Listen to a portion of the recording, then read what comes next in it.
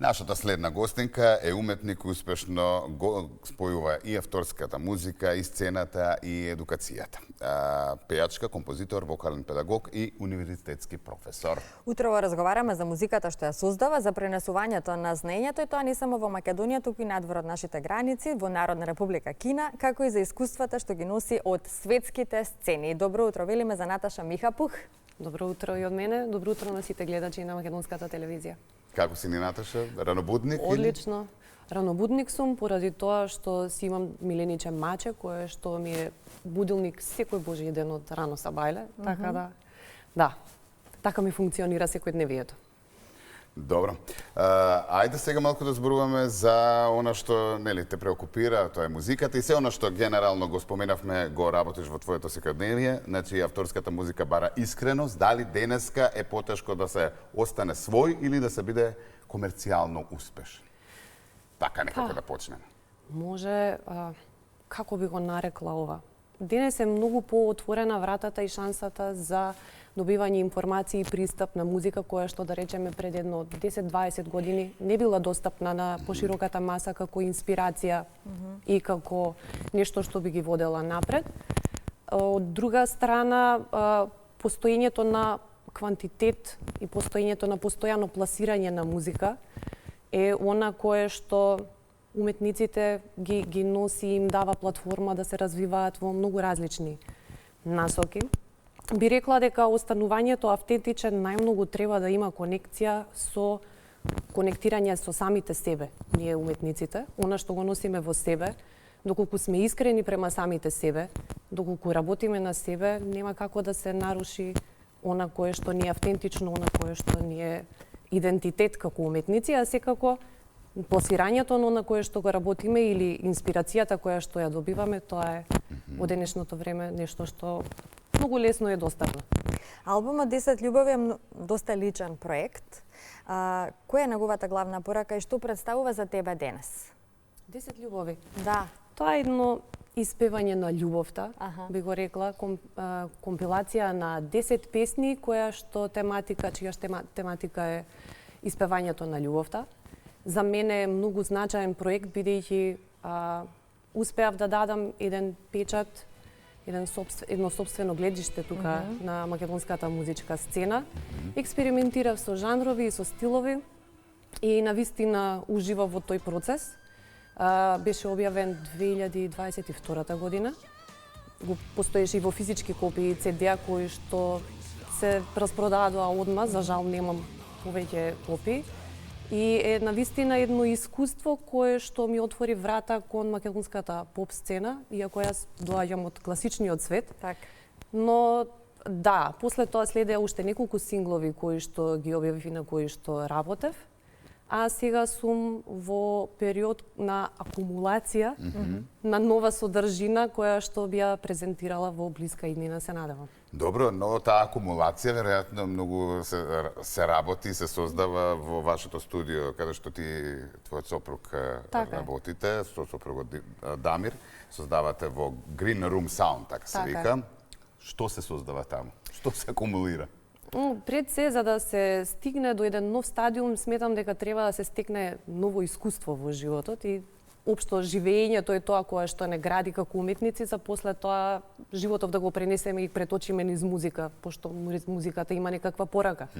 Тоа е самата поента, ние како уметници се искажуваме пред публиката, докажуваме она што го мислиме на еден малку по-различен начин. Green Room Sound е студио кое што привлекува и македонски и интернационални уметници. Кај нас имаат стапнато доста пејачи од македонската сцена кои што се обратиле, дали со веќе започнати нивни идеи или имаат побарано целосно создавање на авторска песна од страна на мене Дамир за нив. Значи може да се обрати било кој доколку има некаква идеја и сака да создаде песна, може да влезе во вашето студио и да ви се обрати. Да, студиото е отворено за соработка, како и за интернационални проекти за кои што Дамир е малку повеќе задолжен во тој аспект. А како се согласувате со Дамир? Со оглед на тоа што ти е животен сопатник, но и соработник. Понекогаш знае да биде предизвик, баш поради тоа што се меша и приватниот и професионалниот живот. За одредени работи имаме и различни ставови, но секој пат наоѓаме компромис. Процесот е интересен да се гледа од страна, особено за оние кои што не познаваат, но убаво е кога се има партнер кој што е поддршка и кој што води напред. Се надополнувате во секој Апсолутно. поглед. Да.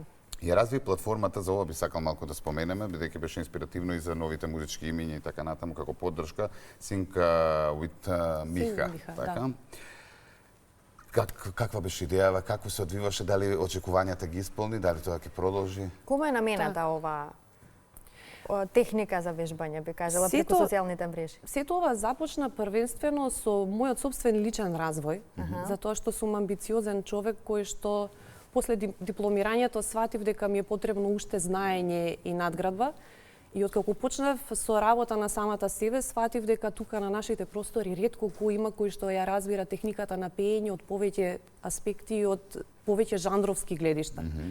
И оваа платформа е надменета за сите генерации кои што сакаат да се занимаваат со музика, дали професионално или аматерски. А создавањето се случи многу спонтано, со тоа што јас започнав со снимање и со објавување видеа на социјалните мрежи, кои што подоцна донесоа заинтересирани клиенти кај мене во студио. Добре, јас сум една од ученичките по Тамара, вокална техника. Не сумневам.